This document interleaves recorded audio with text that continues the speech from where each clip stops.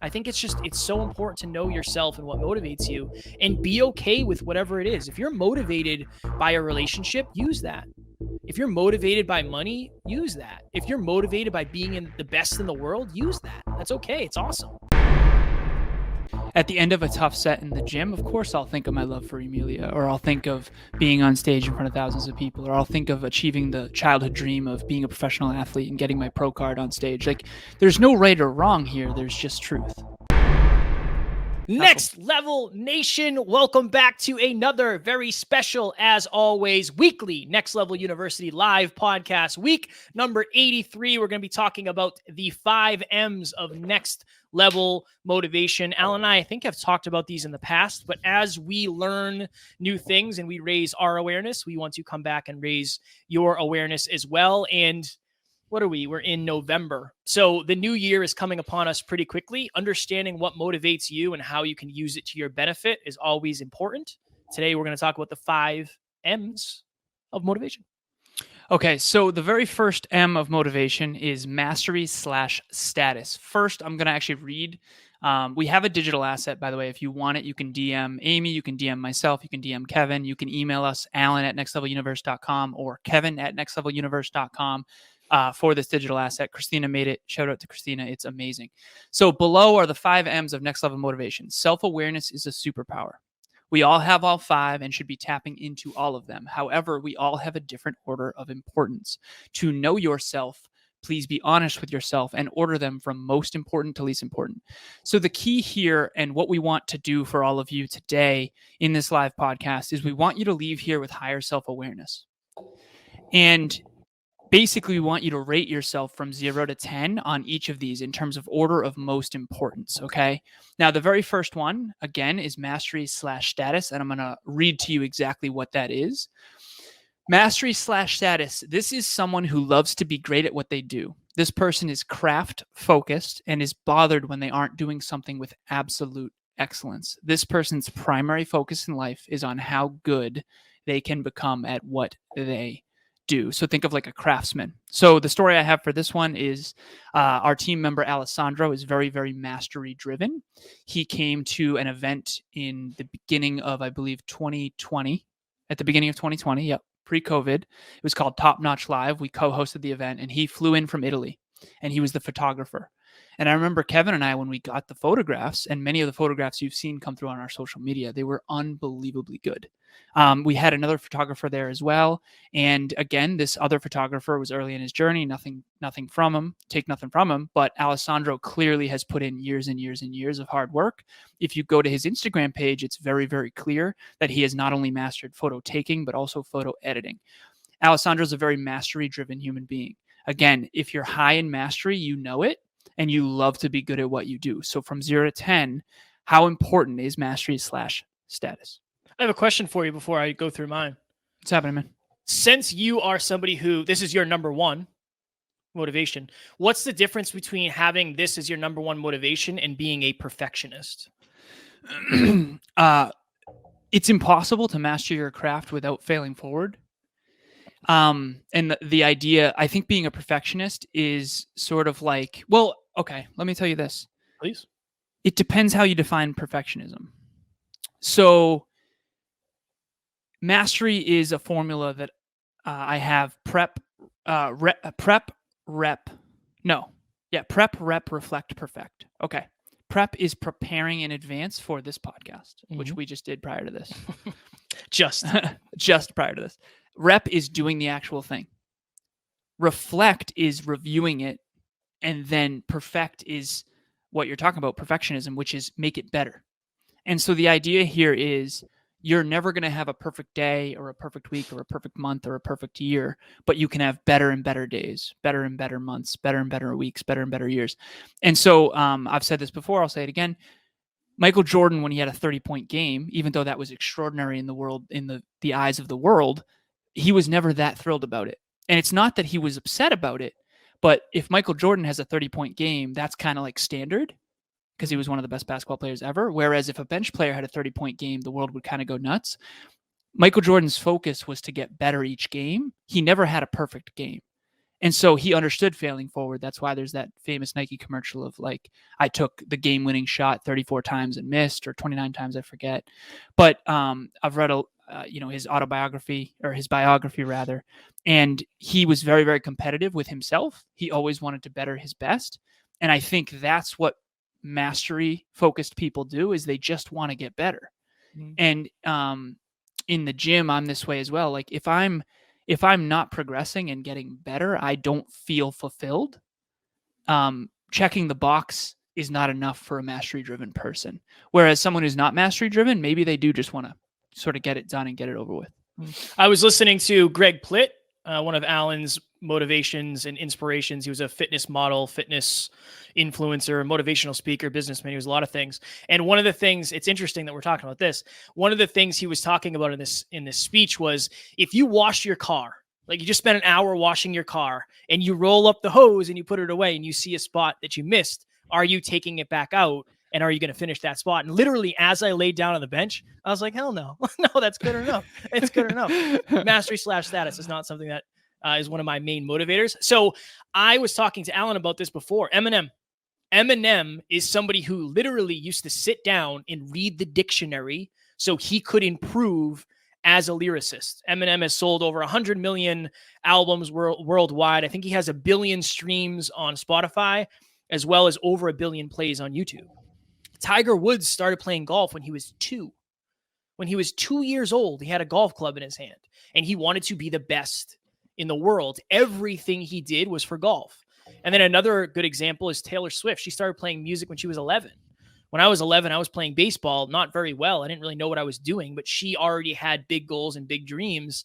And I'm sure she has practiced every day for the entirety of her life. And I think for a lot of people, and Alan has helped illuminate this for me, this one is really one of the keys to success, because if you really want to be successful, you have to become the best at what you're doing, or you have to try to better your best consistently. And that's something that I've learned over this journey, that if you want a lot of the other things we're going to be talking about, the other, the 4 M's, the other 4 M's we're going to be talking about, a lot of that requires you to master a certain craft. So if you heard me say when I lied down on the bench today, I was like, not for me.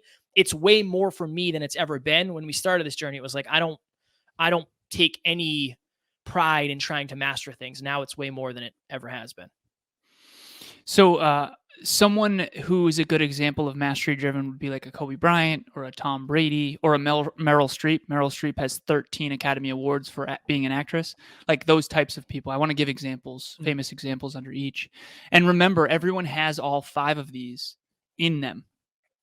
It's what is your order of most importance. So before we move on to the second one, mastery/status. How important is it to you to be the best at what you do? Not better than everyone else. And yeah, maybe that's part of it, but like the best you can be at something. Okay. 0 to 10. And I want you guys to leave with 5 numbers that we can average and we can figure out your order of importance. Okay. So number 2, or not average, but see the order of importance. Number 2, movement/freedom. Again, I'm going to pull up the PDF here and we're just going to read it verbatim. All right, movement/freedom. This is someone who values having control over their own time more than anything else. They are not fond of unnecessary commitments, and they have a strong desire to be their own boss. They want control over their own schedule. This person's primary focus is on where they are spending/investing their time. The example that I have for this one is, I remember I had a mentor early on in this journey, and I was creating a program called Naturally Fit for Life. It was going to be an online training course, and it was based on the 5 fundamental pillars of natural fitness: sleep, hydration, nutrition, training, and mobility. And I had a video and modules for each. And I remember an early mentor of mine said he had some very, very successful billionaire friends who literally told him verbatim that there is no shortage of capital right now. There is a shortage of projects and entrepreneurs. And so for those of you who don't know the investing world, Shark Tank's a good example of this, where investors find, entrepreneurs with great ideas who are motivated, and they invest money so they can get a big return on their investment and support an entrepreneur. And so my mentor basically asked, hey, do you want to come meet my billionaire friends? If I gave you, he literally asked me this question at dinner, if I gave you $1 million today, in 5 years, what could you turn that into? And my answer was like 10 million.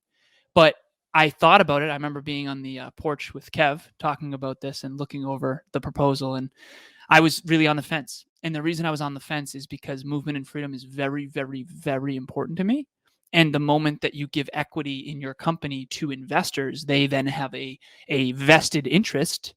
Their money becomes a lot of your responsibility, and now they can kind of tell you what you do and don't do in your business. And I didn't want any part of that. I was already in corporate. I already had a boss before, and I told myself I'd never work for anyone else again. And now I work for Kevin. I'm kidding. But I basically didn't want anyone else to ever be able to have their hands in our cookie jar, so to speak. If Kevin and I are going to succeed, it's going to be our responsibility, and it's going to be on our terms. And that's really, really important to us. So again, movement/freedom. I didn't want anyone to have ownership over my schedule. Now, if you know me well. I work basically 7 days a week. One of the days is mostly home optimization and stuff about the home, but I'm always working, but at least it's on my own terms. And so that's movement/freedom. So movement and freedom is my second one. What is it for you? From 0 to 10, how much is having control over your own schedule important to you? This one is a very, I don't know if it's 1A or 1B for me. It's hard because I also think at different times in life, your motivations are a little bit different. But we had somebody on the podcast. I tried to find her Instagram. I couldn't find it. Her name's Sarah Dodd, and her handle on Instagram was One Nomadic Dreamer. And she literally, her goal is to travel to every country in the world. And when we talked to her, I think she had been to like 100. Do you remember? Yeah. It was, I honestly think it was like 100 or 90 plus. Something like that. Yeah, it was wild.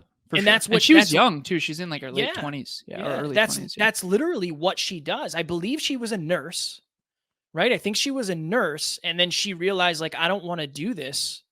And she said, I want to travel the world. Like, think about it this way. That's what motivates her. She literally left her job, and now her goal is to travel to every country on the planet. And I think she actually was somewhere and got sick on the day we were supposed to interview her. Yeah, she was in Spain. We had to like reschedule. But imagine if you were so aligned in your life that you figured out, okay, you know what? Not having any ties to anywhere, just having ultimate movement and freedom. Imagine if you realized that was your main motivator. That's the thing that really, really lit you up. And then you were able to make a career out of that. That would be a wonderful life. I think of episode number 7. Alan, what are you looking at over there? Oh, I wasn't looking at you. Making me nervous. I'm getting ready for the next one. Okay. You're making me a little nervous. Episode 7. Brother. No, you're good. I didn't know if my Wi-Fi was Jeff, and I'm insecure about it. If it does, you're just going to see me disappear from the frame. Episode 7, before it was Alan and I, it was the Hyperconscious podcast. And I remember I was like really burnt out at my job because every single week I was traveling. I didn't have almost any movement or freedom. I was always in hotel room after hotel room, traveling on the road in the van for 7 hours. And when I recorded episode number 7, one of the things I said I wanted was movement and freedom. I wanted to be able to do what I want when I wanted, podcast with awesome people, hang out with my loved ones, wake up when I want. And now that is the life that I have. I'm very grateful for that. But that only came because I admitted that's what I wanted. And before I could admit it, I had to become aware of it. And I think there's a lot of people out there who really, really value movement/freedom, but maybe you feel like it's not possible for you. It definitely is, but get clear on it and then start to strategize how you can have more of it. Movement and freedom, it's a really good time to be alive for that one. Because in the past, if you wanted to, start a business, a lot of times you had to be landlocked to a certain geographical area. If you start a gym in your hometown, your market is mostly just that hometown. Now, I mean, you can work from anywhere in most professions. So that's pretty amazing. I just did an Instagram story the other day. Alan and I are getting rid of our studio because it just doesn't make not only financial sense, but Alan's 35 minutes away. I'm an hour away. We both have studios at home now. So that even adds more to the movement/freedom of we're able to stay here and do what we want when we want. Absolutely. 100%. And there's 4.66 billion people on the internet now, by the way. So I remember one time in book club, this will be a quick side tangent. One of your old clients, Megan, she basically said, I'm considering becoming a coach. And I remember saying, she said she had imposter syndrome and she feels like everybody's a coach and all that stuff. And I Googled it and I screenshotted it. And I said, in the book club chat, we have a little WhatsApp chat. I sent the screenshot and I said, hey, Megan, what are your thoughts that maybe a couple of these people might be interested in your coaching and might need your help? And again, that's a playful little story, but it's true for everybody out there listening. The opportunity is huge. And yeah, there's a lot of competition, but there's a lot more opportunity. Number three is mating/romance, which I've already gotten us ready for on this PDF. Let me pull that up. Okay, mating/romance is someone who is extremely love-driven. They've likely envisioned their own wedding since they were a kid. This is someone who cares far more about their relationships, especially their intimate relationship, than their career. This person's primary focus is on connecting with others and having magnificent relationships. Okay, mating/romance. From 0 to 10, how important is mating/romance to you? The story I want to tell for this one, so it used to be the 4 M's of motivation, and Kevin actually created the 5th one, which I'm not going to say yet. But back then, I used to do it with my clients. I was a fitness coach early on, many years ago, and I used to go through these 4 M's of motivation because in fitness, if you're not going to the gym and you're not taking it seriously, we just got to tap into more motivation. It's like, okay, it's very motivating if you want to have mating and romance increase and you want to attract your dream partner. It's very motivating to look great in a bikini or to look great in a bathing suit. It's becoming more attractive is very motivating if you want to attract your dream partner. And so I would try to unlock these. And so we'd go through them and we'd rate them from 0 to 10 and we'd create goals under each. I remember I used to have my clients create 4 goals under each. So 4 times 4, it's 12. So they'd end up with 12 goals.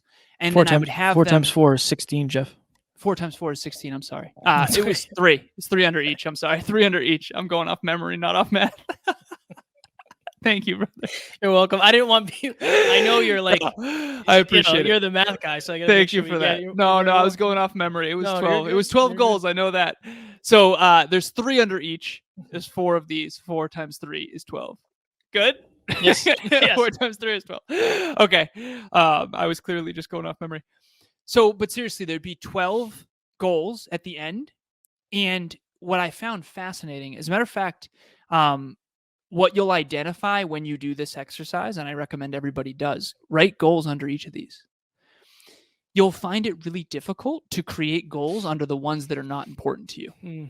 And this person, and I'll keep it anonymous, you know what? I don't even have to because she already told me I could. She's behind the scenes. So this was with Amy. And Amy had a lot of trouble coming up with mastery and status goals. She had some trouble coming up with money and material goals. But with the mating and romance, she knew exactly the type of person. She knew exactly what she wanted.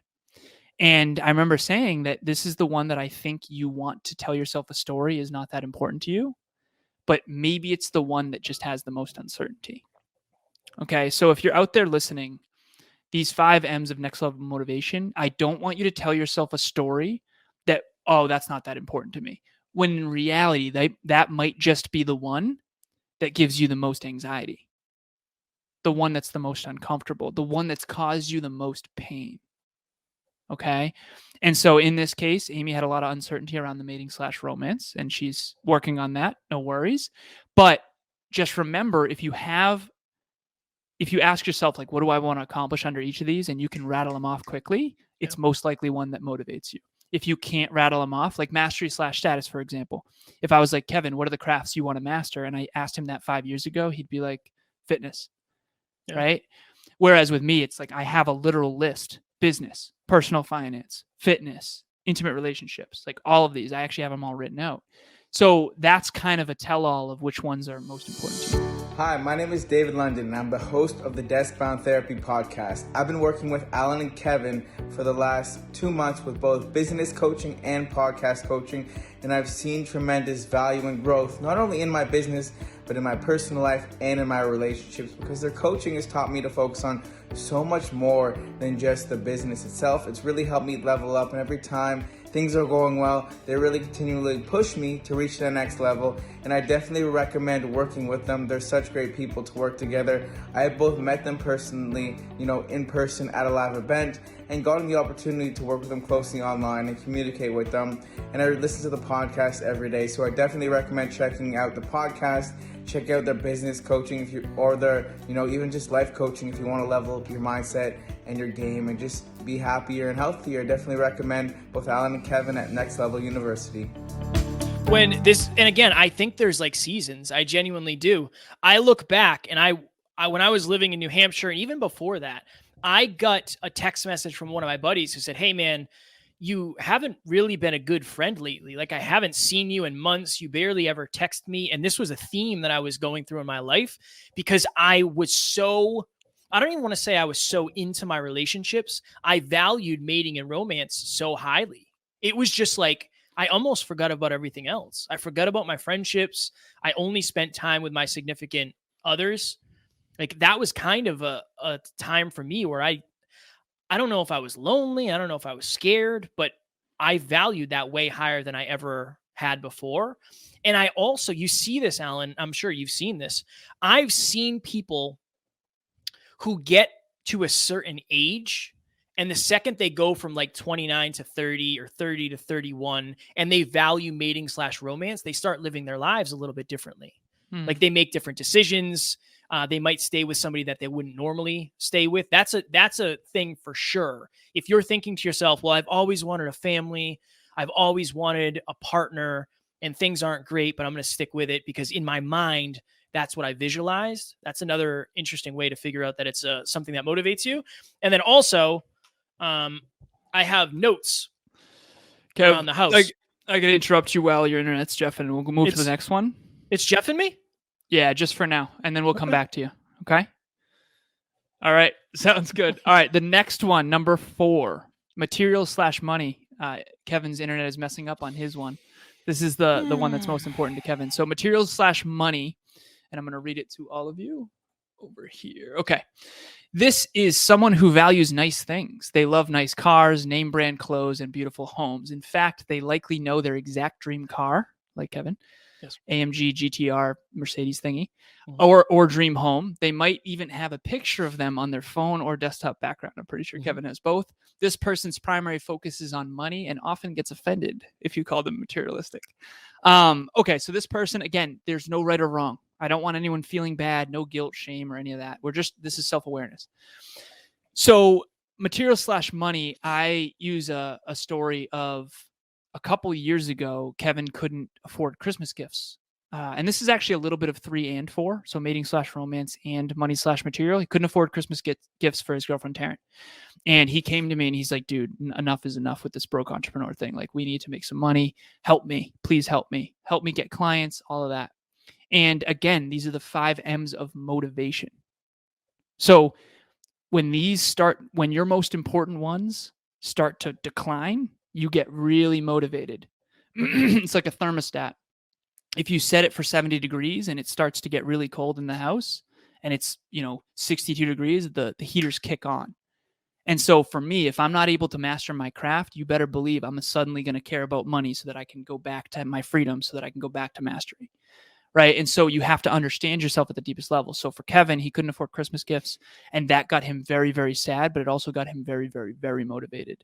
And now we've become way more profitable. We're a multi-6-figure business now. And honestly, I wonder to myself if we would be if he didn't let that motivate him rather than defeat him. Your internet is good now, brother. Yeah, I don't, that's the number 6. It's going to be, I got to think of an M word for internet, but massive pain. That's motivating me right now.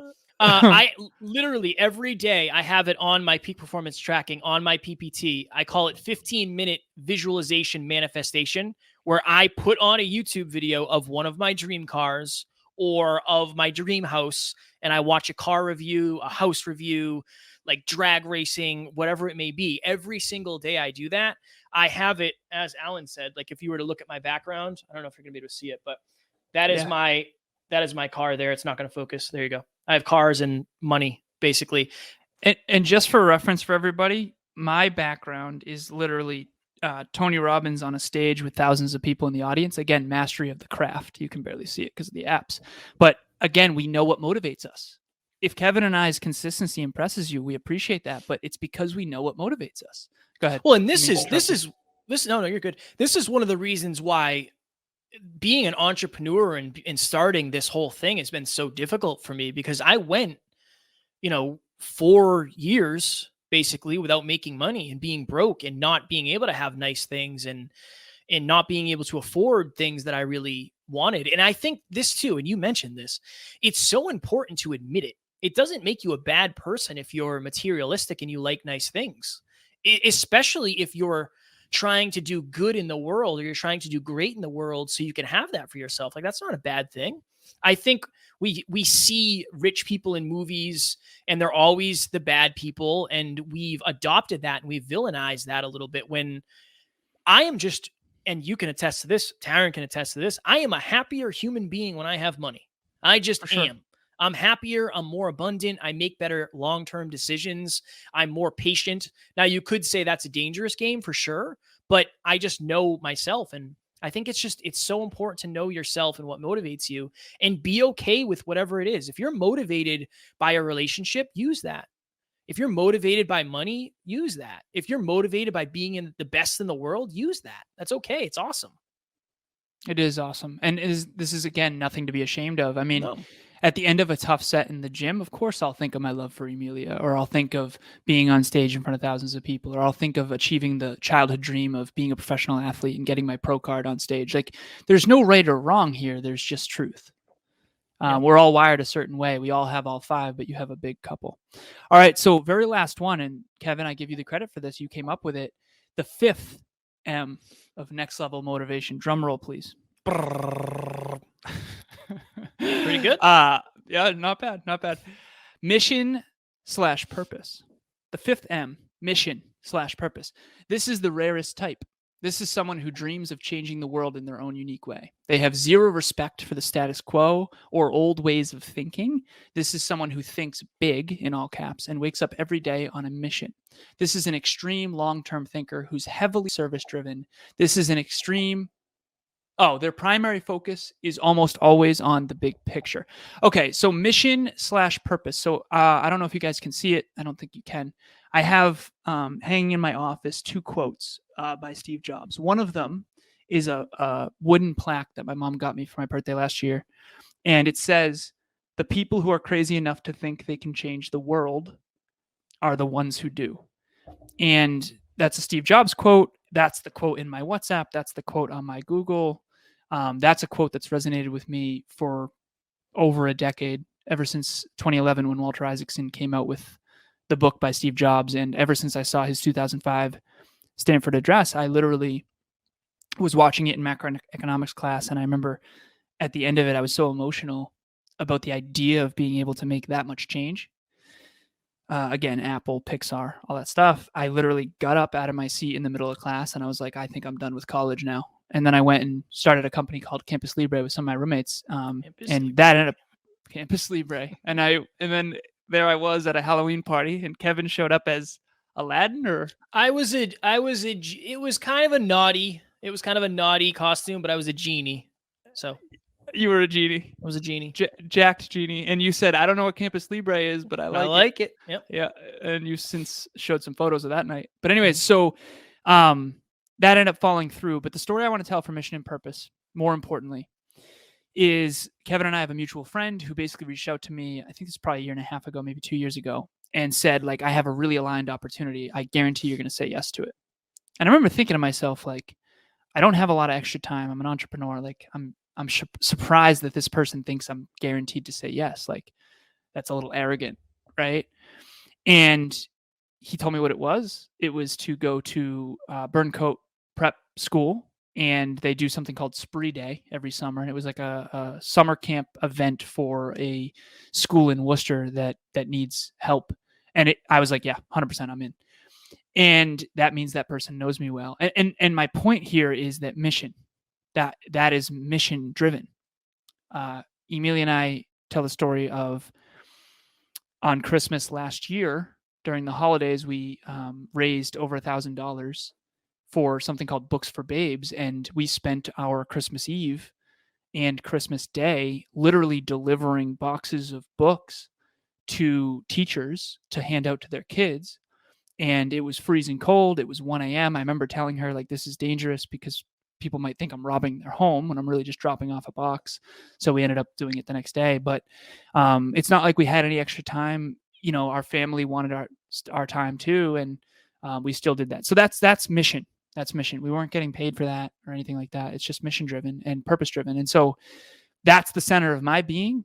I just posted recently how that's the center of Emilia's being as well. That's the core we really live from. And so mastery/status is my number one, but my big number two, without a question, is mission and purpose. So 0 to 10, how mission driven are you? And more importantly, 0 to 10, how mission driven do you want to be? It's, again, I've said this 9 times, but things change so quickly. 5 years ago, I wouldn't even had this. I didn't feel like I had a purpose necessarily. I definitely didn't feel like I had a mission. And now this is the one that I might have the most stories for, one of the most connections to.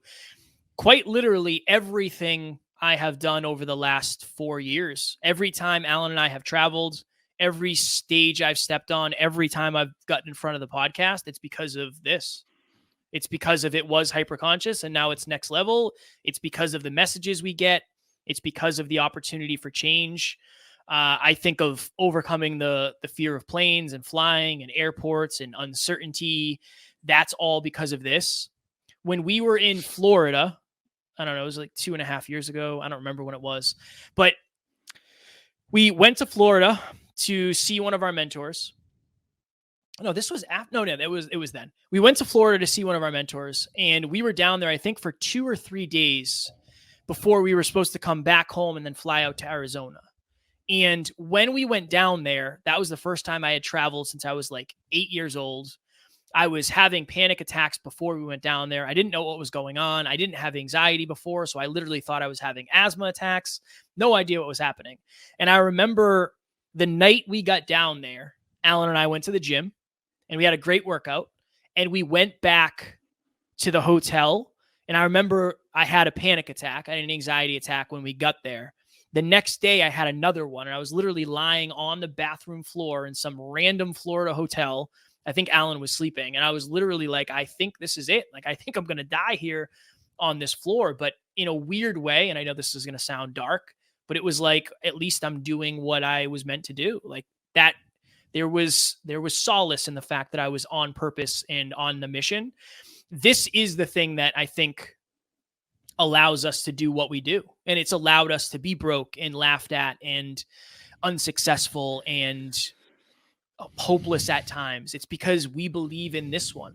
And if you don't have this one yet, that's okay. That doesn't mean you're never going to have it. And if you do have this one, if there's something that you want and you're really thinking of bringing some sort of change to the world or to your family's life or to anything really, if you feel like there's something greater than you, which there is, lean into it, because this is the most fulfilling thing in the world. Yes, I want a Mercedes and I want a lot of nice things, but having the change that we have had the pleasure of having, the ability of having, the responsibility of having over the past 4 years is the most fulfilling thing. It's more fulfilling than any amount of money or any sports car or house. And I think this one pays you back more than anything else in better ways also.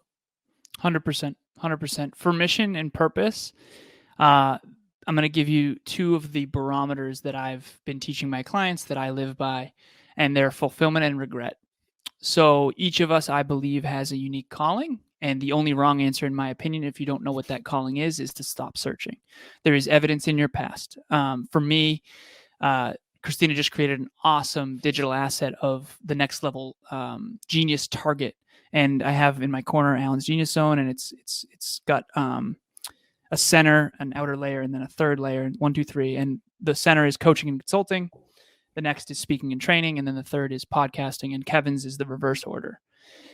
But basically, if you were to look at your past and study it, there would be common patterns. And I remember early in the hyperconscious days, I used to always ask the same questions. So did Kevin.